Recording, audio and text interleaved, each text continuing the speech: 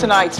National Assembly moves to resolve critical national questions with Senate public hearing on the amendment of the 1999 Constitution across the 6 geopolitical zones of the country. House of Representatives kicks off a 5-day security summit as part of ways to finding lasting solutions to the continued violence in parts of the country. Over 100 people missing after a boat capsized on a river in Bogo local government area of Niger State. Operations ongoing to rescue victims. And 8 persons killed at a commuter train yard in California following another mass shooting in the United States. Plus business, sports, news from Abuja, and later international news from our London studio.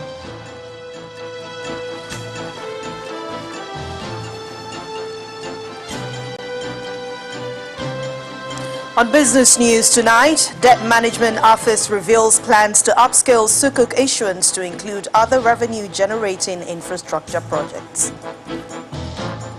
On sports news tonight, Antonio Conte leaves Serie A champions Inter Milan by mutual consent after falling out with the club's hierarchy over summer transfer policy. And from Abuja, Acting Inspector General of Police optimistic of improved information sharing among police formations in West Africa with the launch of the Regional Police Information System in Abuja.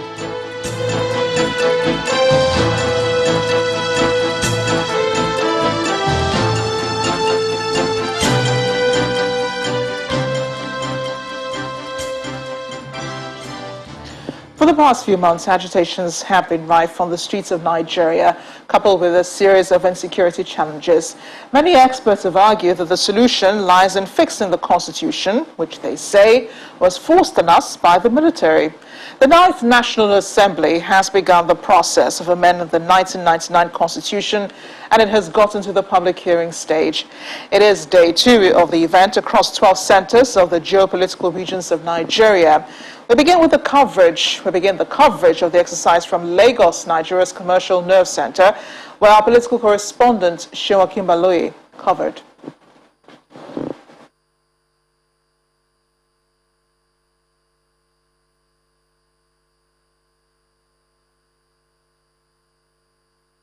The public hearing in Lagos represents the 3 states of the southwest region, Lagos, Ogun, and Oyo State.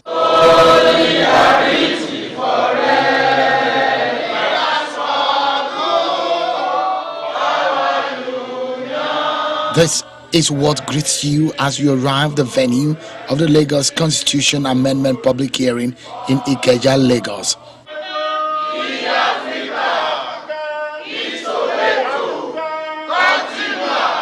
Labor union members with their placards, and their demands are explicit as stated on their placards.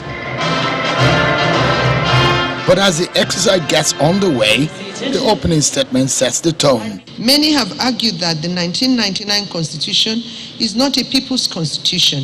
In other words, it has been argued that it was written and forced on us by the military.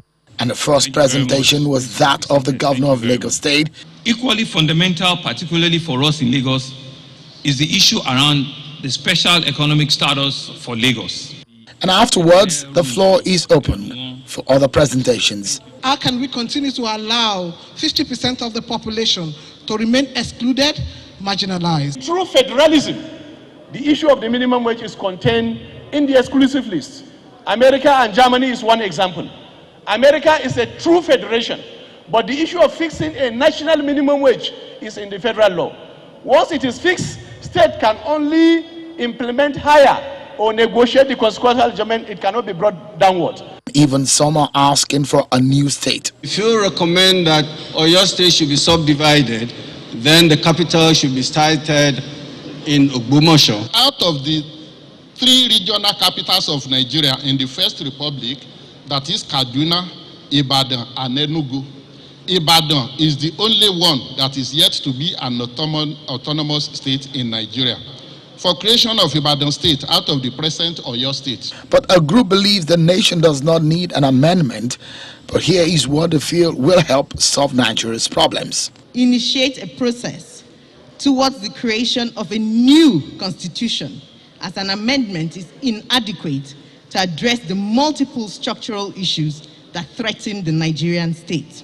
With the constitution amendment process failing to sail through in 2 consecutive national assemblies, the senators believe this exercise will work this time around. What this 9th Assembly is doing, we are looking at the previous amendments, what did not make certain things scale through, and see whether it suits the times we are living in.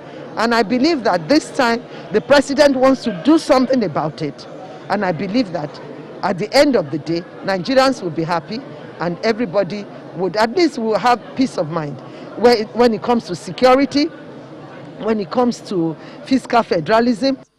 1 day down, 1 more to go, and a 2-day event which hopes to give voice to the agitations of Nigerians for a piece of legislation that will help answer to the critical questions, especially help in resolving the insecurity crisis. Shenwa Kimbaloye reporting for Channels Television News. Meanwhile, the public hearing on the review of the provisions of the 1999 Constitution also took place across the southern states.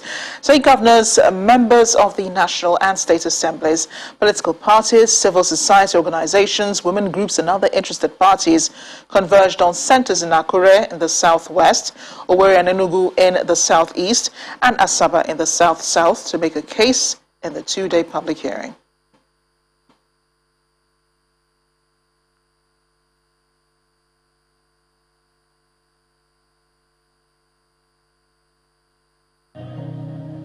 Bring your music down, please. The zonal public hearing on the review of the provisions of the 1999 Constitution is held in Akure, Ondo State capital. Present at the event are stakeholders from the host Ondo State, Ekiti and Osun states from the southwest zone of the country. Senators and state assembly members from the 3 states are also present. The event is chaired by the Deputy Majority Leader of the Senate, Robert Borofis, who stood in for the Chairman of the Senate Committee on the review of the 1999 Constitution, Mr. Ovie Omoagege. This ongoing review provides a platform for the good people of Nigeria to express their opinions on the fundamental law that governs our lives through proposals that will lead to the highest good of the greatest number of our people. Host Governor Oluwarotimi Akeredolu commends the Senate for organizing the public hearing, saying that the nation has a lot to gain from the exercise. This occasion underscores the urgency attached to the current socio-economic crisis in the land. No patriotic citizen can deny the fact that our country today faces dire challenges. The exercise also held in Owerri, the Imo State capital, and concerned groups from the southern states of Imo and Abia converged on the city to present their views.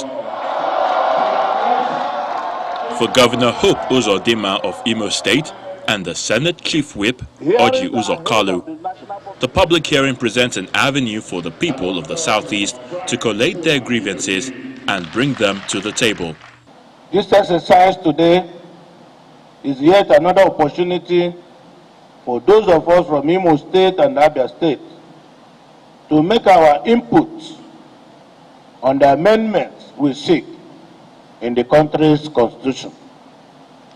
It offers another opportunity for us to continue to work out an acceptable constitution that would address the concerns of the majority of Nigerians in general and in the Igbo in particular. Hearings are ahead of the national public hearing. The reason is not face-fixed, that the Senate have decided to adopt a bottom-top approach by first listening to Nigerians in geopolitical. This approach underscores the critical importance the Constitutional Review Committee places on subsectional level of governance in Nigeria. The representative of the Nigeria Labour Congress, NLC, also adds his voice to the debate. National Assembly should consider our submissions on strengthening and promoting socio-economic and cultural rights of Nigerians, especially as captured under Chapter 2 of the 1999 Constitution under review. Stakeholders from Anambra, Ebonyi and Enugu states gather in Enugu Center for the public hearing, and the state governor, Ifeanyi Ugwuanyi, while declaring the event open, says he supports the exercise because it is capable of enhancing national cohesion. The government and the good people of Enugu State fervently support amendments in our constitution that will enhance the unity and prosperity of Nigeria in an environment where justice, fairness and equity shall prevail. For the zonal public hearing, concerned groups from Bayelsa, Edo and Delta states also gather in Asaba, the Delta state capital, for the public hearing. One of the issues raised here is that of women inclusiveness in governance. This participant believes women must come out and be counted. To ensure equitable women representation in government, it is important that the Constitution is reviewed to provide for at least 35% in appointive offices at those various levels. In fact, we're even including at the local level. In the northern states, the issues of devolution of power, creation of more states, constitutional role for judicial rulers, gender equality, and state police are among issues raised by stakeholders on the first day of the ongoing public hearing on the proposed alteration of the 1999 Constitution. Our correspondent, Emperor Simon, reports on the outcome of the public hearing from the northern part of the country.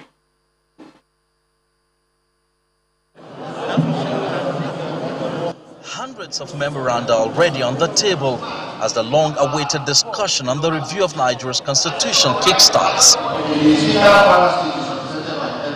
Niger State is hosting stakeholders from Kogi, Kwara and the Federal Capital Territory, Abuja, as Governor Abubakar Bello and the Deputy Chief Whip of the Senate underscore the need for Nigeria to have a constitution that guarantees the principles of democracy. Nigeria is a multi-religious nation or a secular nation. Therefore, religious laws should not be enshrined in our constitution. Where it has to, it means that all the religious bodies, especially Christianity and Islam, should be properly and duly represented. Among the issues considered for review at the Kaduna Center, which has Kaduna, Kano, Katsina and Jigawa states, are resource control, removal of national minimum wage from exclusive to concurrent list, and decentralization of police, which Governor Nasir El-Rufai believes will enable states to exercise effective control in securing their residents and communities. The political parties are reluctant to provide more seats to women candidates. Women are not able to change social attitudes about women because of that. Women dislike the rough life offered by politics. While many are ready to endure the hardships provided by the political life, they have not been able to change the social stereotypes and attitudes about women's place in society. The Plateau State Center, comprising Benue, Nasarawa and the host state, receives over 45 memoranda, with Governor Simon Lalong challenging the gathering to use the opportunity to address salient points agitating the minds of Nigerians.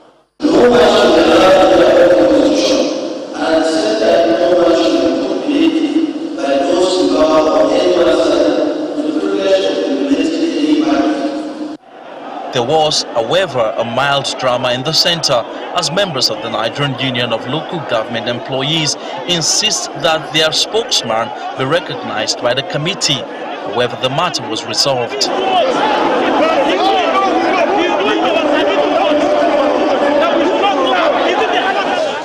In Bauchi, while participants agree on almost all the terms of reference for the hearing, they however differ on some issues, with the Bauchi State Governor Bala Mohammed calling for the creation of state police, while representatives from Yobe and Borno states have contrary views. To allay the fears that the state police could be abused by governors for political ends, I wish to suggest that appropriate legal instruments be put in place by the writers of the Constitution, by the legislators and members of the House of Assemblies and the House of Representatives, so that at the end of the day, there won't be arbitrariness, subjectivity, and political persecution.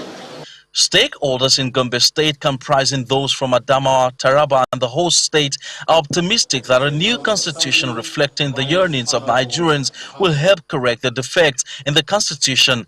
Participants at the Sokoto State Center, which also has representatives from Zamfara and Kebbi states, wants the 1999 Constitution review to, among other things, reflect the issues of local government autonomy. In part two, after the break, we take a further look at this constitutional alteration. We have constitutional lawyer and rights activist Clement Wakwo joining us to discuss this. Join us again.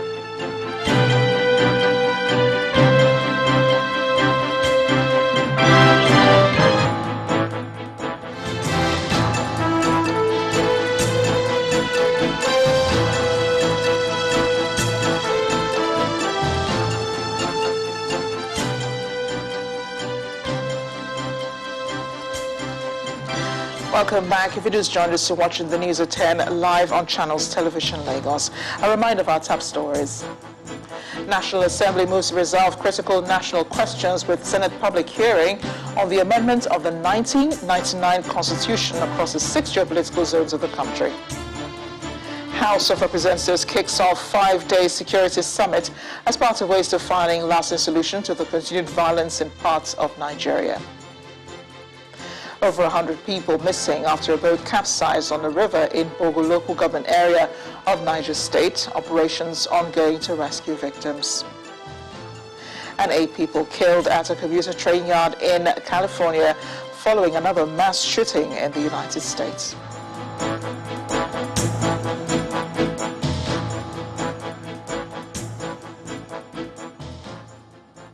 We'll continue with our lead story tonight on the review of the 1999 Constitution. Joining us now is a constitutional lawyer and rights activist, Clement Wakwo, who joins us from Abuja. Mr. Wakwo, thank you for joining us on the News at 10. Thank you very much. Well, this is not the first time that we have seen, an exercise, this magnitude holding across the country. The 7th and 8th National Assembly also did the same thing. But for the first of the 2 days, what are your thoughts on the process so far? I think it's important, like you rightly mentioned, that citizens are able to contribute to the process. It must also be noted that what is going on here is the public hearing of the Senate, the zonal hearings. The House of Representatives would also go around the country next week. And of course, both houses may decide to hold a joint national hearing in Abuja, but I do know that the Senate is planning that next week as well. I think what is important, and we've seen that, is that citizens are able to come out to these centers, they're able to speak their minds, they're able to make a contribution to the process. And the hope is that in these public hearings, apart from the fact that there are bills which have already been submitted to the National Assembly, that these public hearings will provide opportunity for citizens to say what it is that they need to see in the Constitution. We all have challenges and criticisms of the Constitution as it is, or as was given Nigerians. But the reality we have today, of course, is that there is a Constitution. There are gaps in the implementation of the Constitution. There are challenges with it, and citizens are speaking up to say that they would like to see specific changes made or specific additions or even removals of clauses or sections in the Constitution. Looking at what is going on around the country with these public hearings, I think so far it looks really good that people are coming out and participating. But look at the timing, though, of the constitutional review. I know that this is the result of an ongoing conversation that has been going on, especially this year, considering the security challenges that Nigeria has faced and Nigerians are still facing. What would you consider the most important thing necessary to consider, as leaders and as citizens discuss? I think both chambers and the Senate Deputy Senate President had put out his points of the committee, that the issues that the committee have already received memoranda or have bills already within the committee. But looking at both chambers, what is sticking out is the fact that there are conversations around judicial reform. There are conversations about electoral reform. There are conversations about women participation.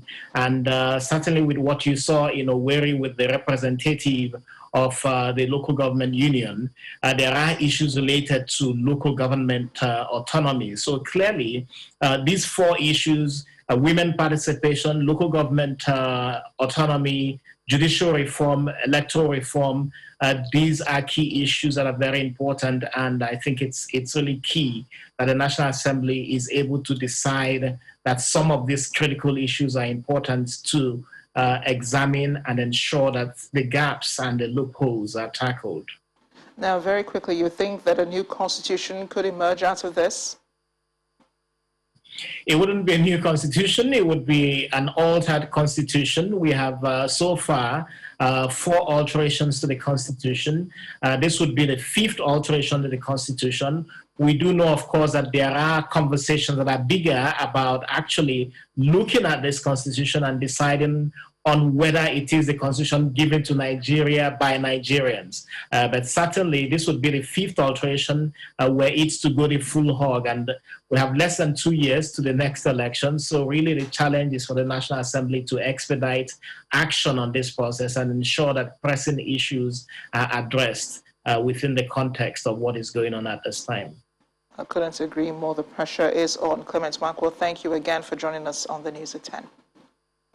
Thank you. The leadership of the National Assembly has been speaking about the insecurity affecting the country. At a security summit today, the President of the Senate, Ahmed Lawan, said the procurement processes by security agencies must be reviewed by federal lawmakers. According to him, there is no better investment than in security right now, as the security architecture must be reviewed for better results. He maintains that the non-functioning local government and traditional system are also major challenges for the country.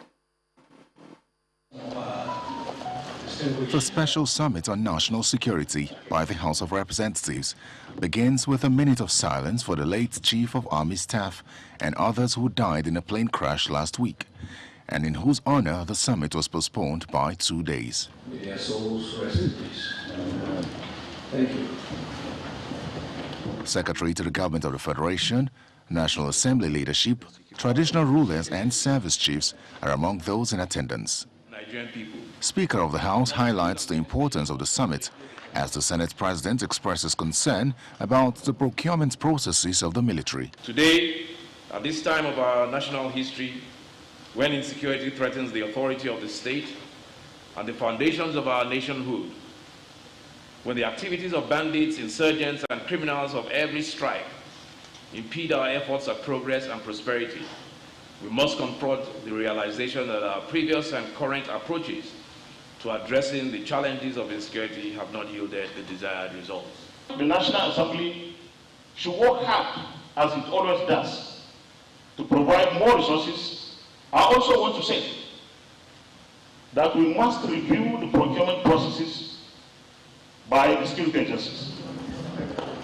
Traditional rulers seize the moment to speak truth to power while calling for more actions than talks. I'll be very happy if anybody can raise up their hand and say, I can go to my area of constituents, my local governments, and I can stay there in peace for 1 week. Who can do it here? Including our gatekeepers. Who can do it here? Including the Senate President, including the Speaker. But you left the traditional rulers. You left district heads, the Baales, to continue to stay there. And you are saying all will be well in this country. We are the ones facing these youths. We know their problems. I think enough of these talks. Let's work let's walk the talk. Because the more we sit here and talk, the more time we waste in taking real actions. Because we know the problems. I'm not going to say anything here that I have not said in the last 7 years. So we can't just continue talking, and we don't implement. I bet you can come back 3-4 months later for another security summit. We will discuss the same things we are going to discuss today. Crime neither knows any political party, nor the rich or the poor. Crime and insecurity love nobody. Insecurity, as I said, is a monster that must be confronted head on. The President's message is presented by the Secretary to the Government of the Federation, and the Chief of Defense Staff maintains his stance on the insecurity situation in the country. I am certain that we shall overcome, just as we have done many times throughout our history.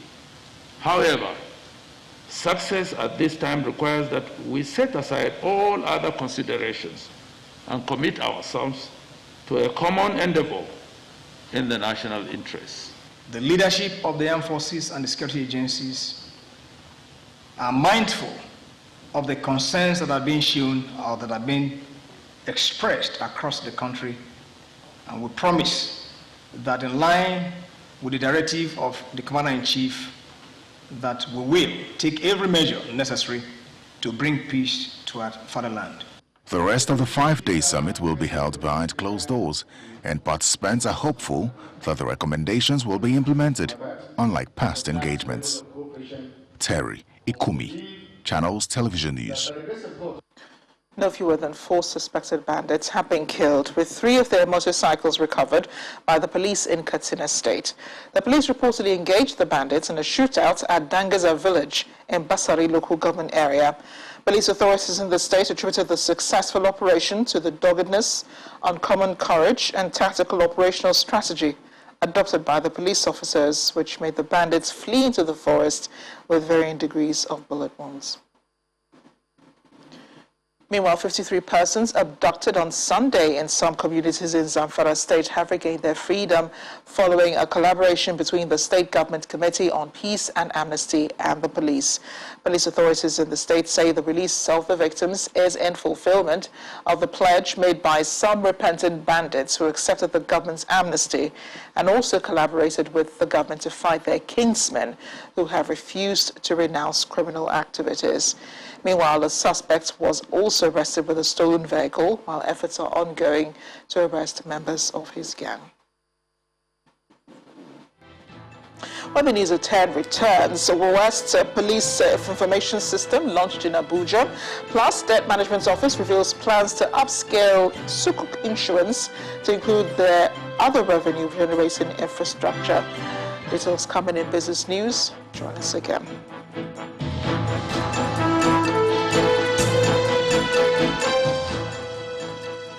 A 25-year-old man has been paraded by the police in Katsina State for allegedly treating sick bandits as well as those with gunshot injuries. According to a statement, the man identified as Shamsuddin, who was arrested in one of the communities in Kankara, had been on their wanted list since bandits abducted 344 pupils of Government Science Secondary School, Kankara, in December. The suspect is said to have disappeared from Kankara community shortly after the abduction of the pupils and only returned to the community recently. The 9 other suspects paraded include 5 alleged bandits, a rapist, and 3 cattle rustlers. Linda Kigwe has more on the News at 10 in Abuja. Hi, Linda. Hello, Amarachi. Now, staying with security matters, the Acting Inspector General of Police, Usman Alkali Baba, is optimistic that the effective exchange of information among police formations across West Africa is what is required to tackle insecurity in the region. He stated this at the commissioning of the West African Police Information System at the force headquarters in Abuja. The program, funded by the European Union, implemented by Interpol and strategically supported by the Economic Community of West African States, is built to terminate in June of 2022. Before then, it is expected to improve the capacity of West African law enforcement agencies to combat transnational organized crime and terrorism by facilitating the sharing of information.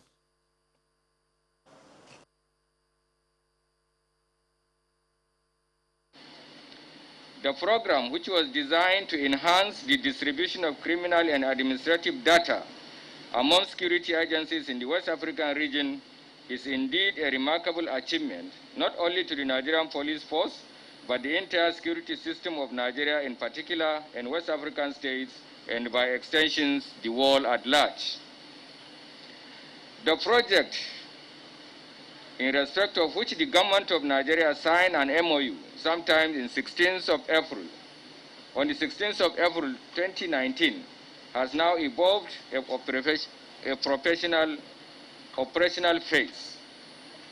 I am happy to announce to everyone seated here today that the facilities and technical expertise provided will remain a source of breakthrough for Nigeria police in tracking major crimes within the West African sub-region.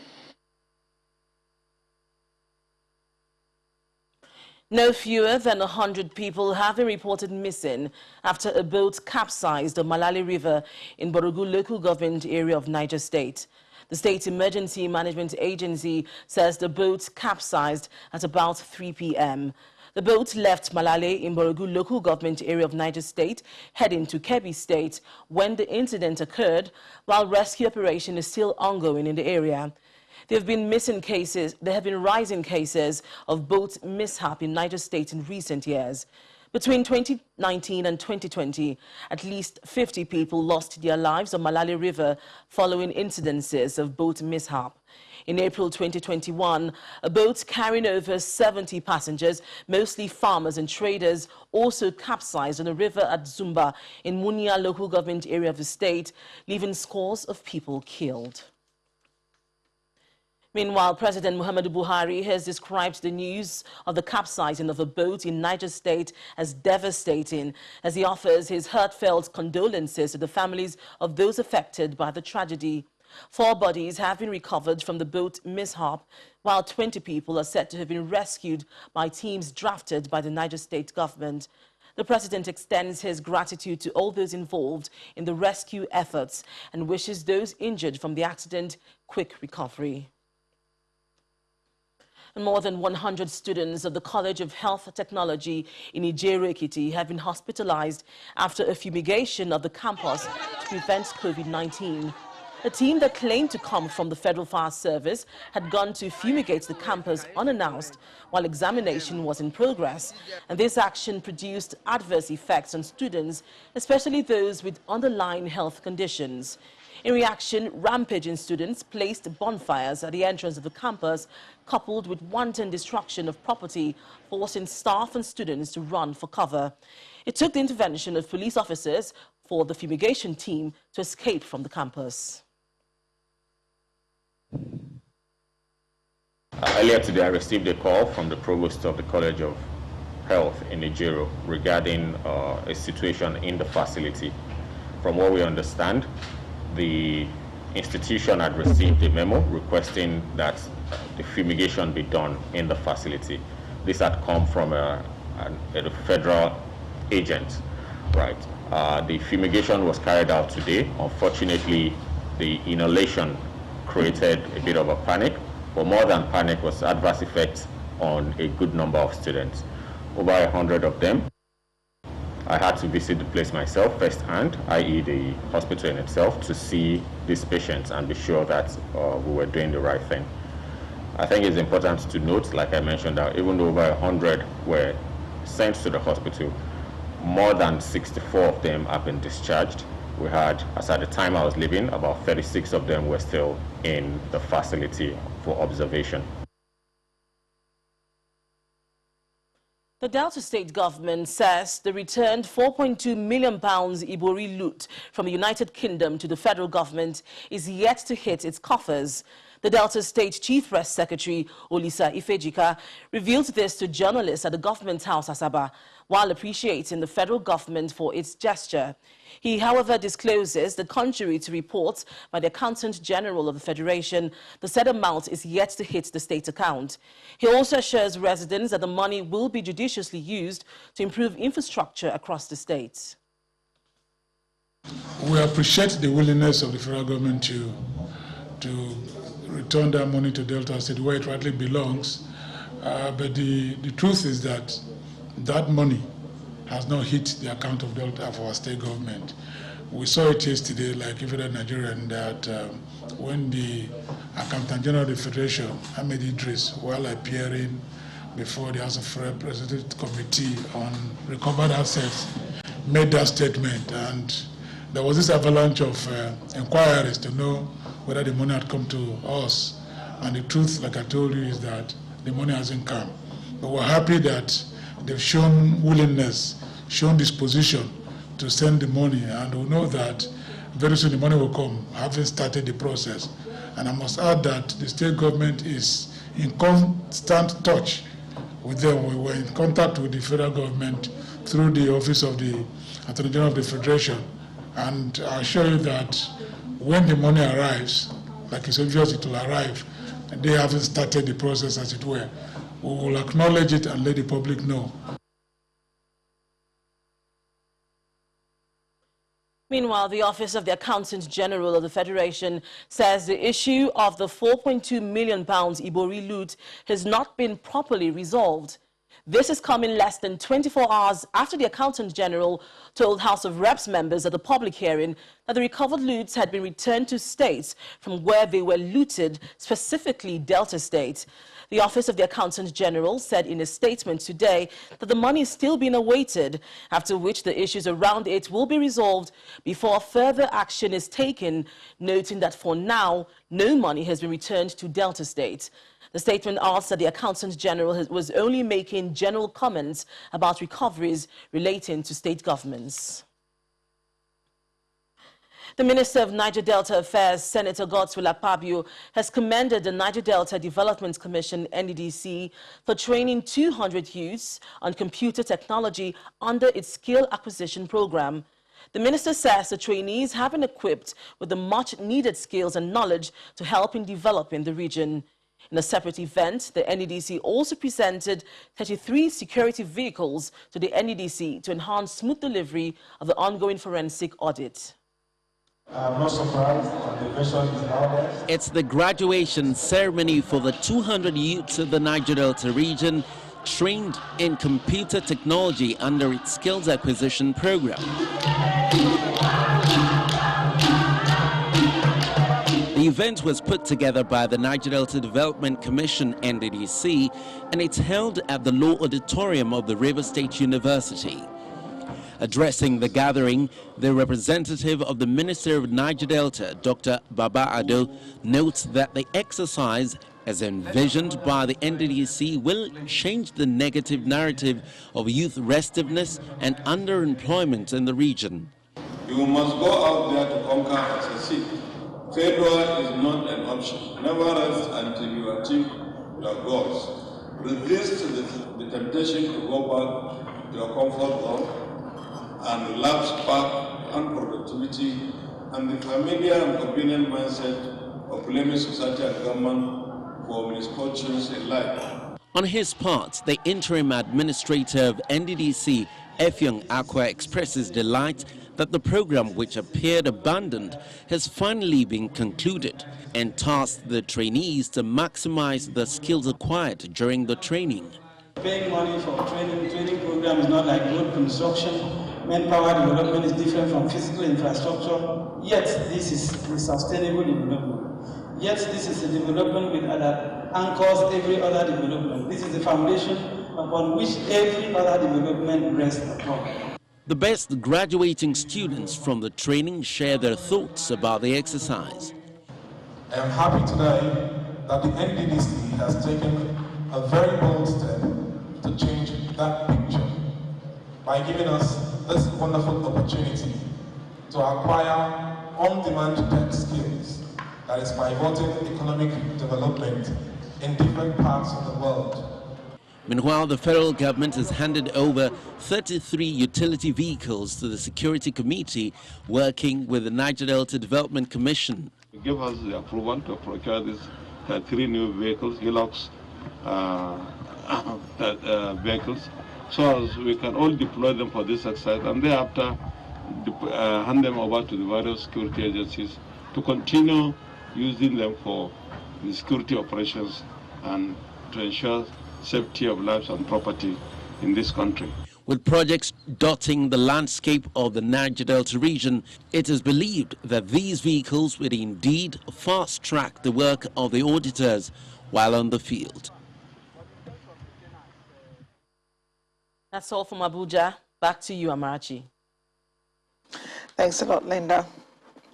And the Executive Secretary of the Nigeria Extractive Industries Transparency Initiative, NATI, Mr. Orji Bunaya Orji, has called on Nigerians to show more interest in the nation's natural resources in order to support the agency's role in ensuring accountability by operators in the sector. Mr. Orji made the statement when he paid a courtesy visit on the chairman of Channels Media Group, Dr. John Momo. Also notes that one of NATI's challenges is achieving a nexus between published reports and its impact on citizens' well-being. He spoke with our correspondent Chamberlain Uso on the sidelines of the visit. What kind of challenge would you say is before NATI? Well, the greatest challenge before NATI, which I think I would like to deal with, is to link our reports to impact. It's not just enough publishing reports that the ordinary Nigerian cannot make a meaning out of. How does this report actually contribute to my life? What's the big deal releasing reports? What's the connection between the reports NATI is releasing and my state of mind, my life? What is it? So even when we were doing that in the past, I need to link the people with what we are doing, creating a very strong linkage between how our reports can influence construction of roads, how our reports can influence creation of jobs, how our reports can energize reforms in the industry that widens the scope of investment, build citizens' trust, build the trust of government, the trust of civil society, the trust of companies. How can our reports be able to bring about change that gives Nigeria a sense that the oil, gas, and mining revenues can actually contribute to national development? That's a huge challenge. That leads us on to business news. Here's Anne Wawuda.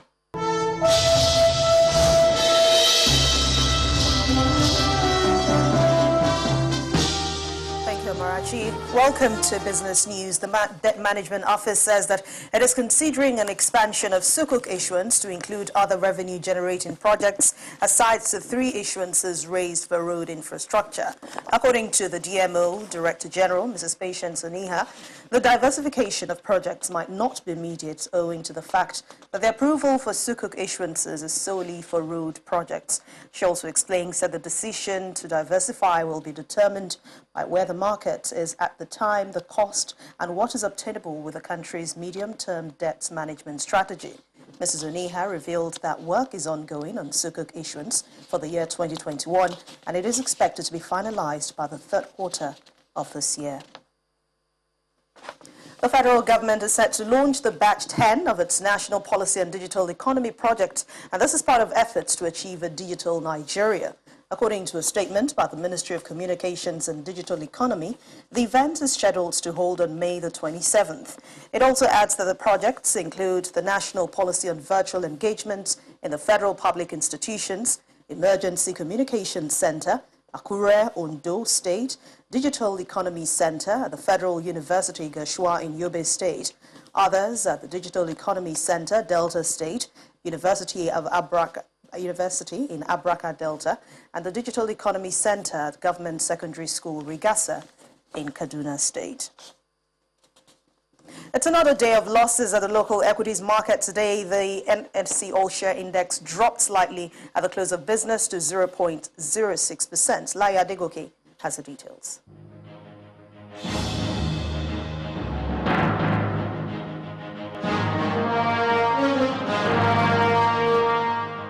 Thank you for joining us for the Stock Market Report. The month of May is turning out to become one of the worst for the equities market, and that's because the renewed sell pressure, which started last week, entered its 8th consecutive session at the close of today's trading. That's it. A day after losing more than 16 billion naira, the total value of listed equities dropped further by over 12 billion naira, which also reflects a 0.06% decline on the market's main index. The major factor behind the latest decline comes on the back of losses of 13 equities, which overshadowed 20 gainers. However, the 0.7% drop on the share prices of GT Bank and UBA is the major factor, which also affected their sector's performance, while the consumer goods components, such as flour mills, contributed to the market's negative close. Meanwhile, the total volume of shares traded for the day was slightly lower by about 5% in contrast to Tuesday's session, as 203.08 million shares changed hands in nearly 4,000 transactions, and this was largely driven by the shares of Fidelity, Zenith Bank and Mutual Benefits. That's the Stock Market Report. I'm Layo Adegoke.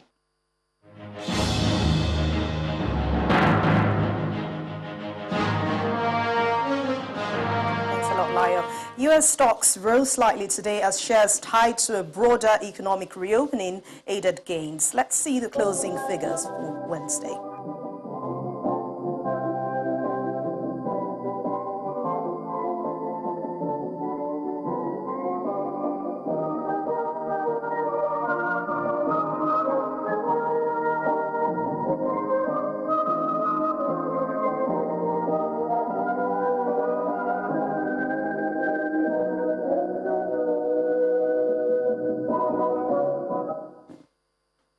Thanks for watching Business News Tonight. I'm Anne Nwawado. The rest of the news at 10 continues now with Amarachi.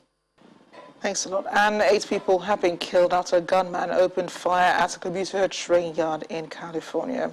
This happened at the Santa Clara Valley Transportation Authority rail yard in San Jose earlier today.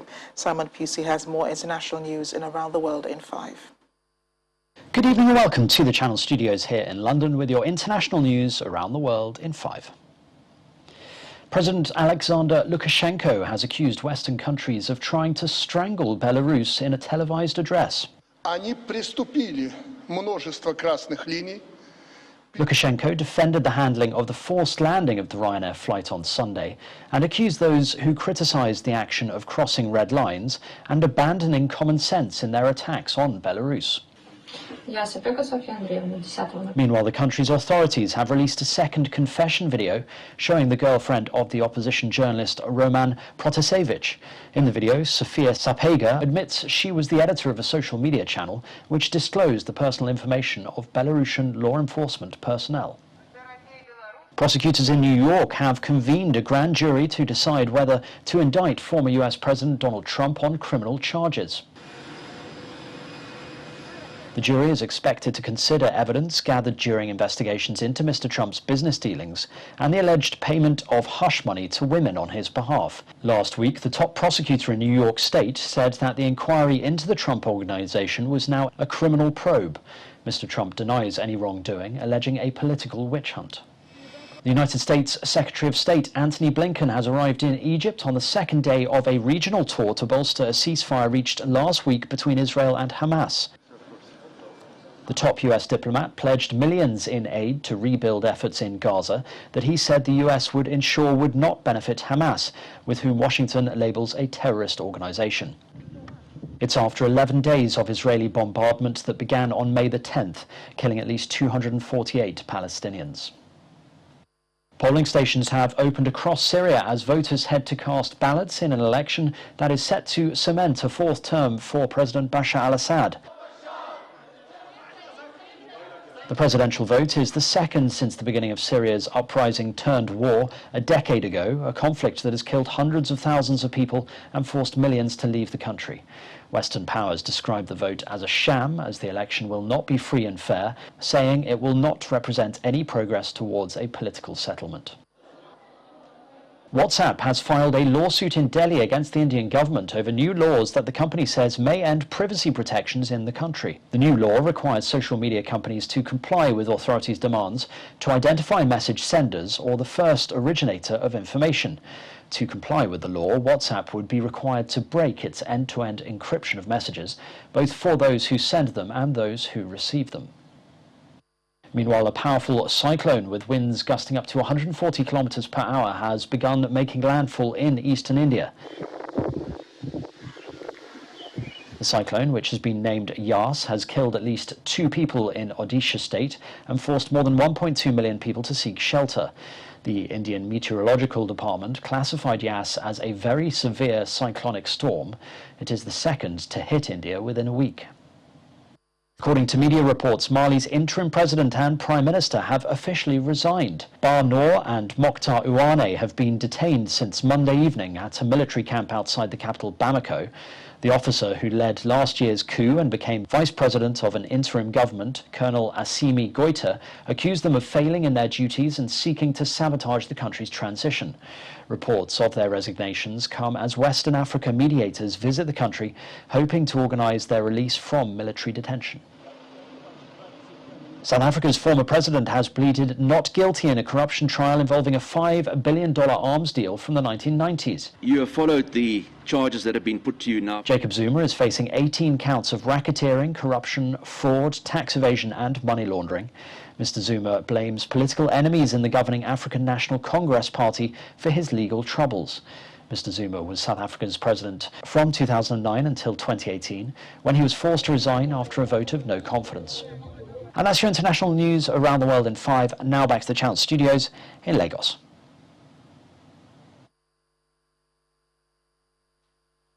Many thanks, Simon.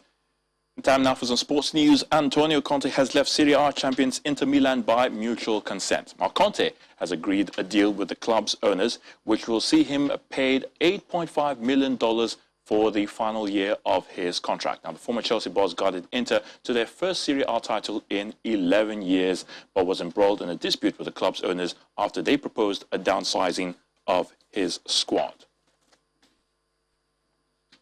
In the UEFA Europa League, Villarreal are champions of the top tournament or the championship for the season. Villarreal defeated Manchester United 11-10 on penalties after the game had ended 1-0 at full and extra time. The final was played in Gdansk. Barcelona coach Ronald Koeman has remained at the helm following a highly anticipated meeting with club president Joan Laporta. The two men discussed how and why the club missed the mark this season, but left the question of Koeman's future at the club for another time. In the Niger Professional Football League, Al-Walu Ali Malam scored the only goal as Kano Pillars defeated Nasarawa United to go top of the table. A relegation threatened Adamawa United edged Katsina United to earn their 3rd win of the season. Aimba put behind their ouster from the CAF Confederation Cup with a vital win at Wiki Tourist. Kwara United forced Rivers United to a 1-0 draw. Dakada pushed down FC Ifeanyi while Warri Wolves stunned Lobi Stars. And that sports news is back to Marachi. Thank you, Ayatunde. And the main news again. The National Assembly today moved to resolve the critical national questions of the 1999 Constitution with a public hearing on the amendment of the Constitution across the 6 geopolitical zones of the country. That is the news at 10 tonight. Thanks for watching. I'm Amarachi Ubani. Good night.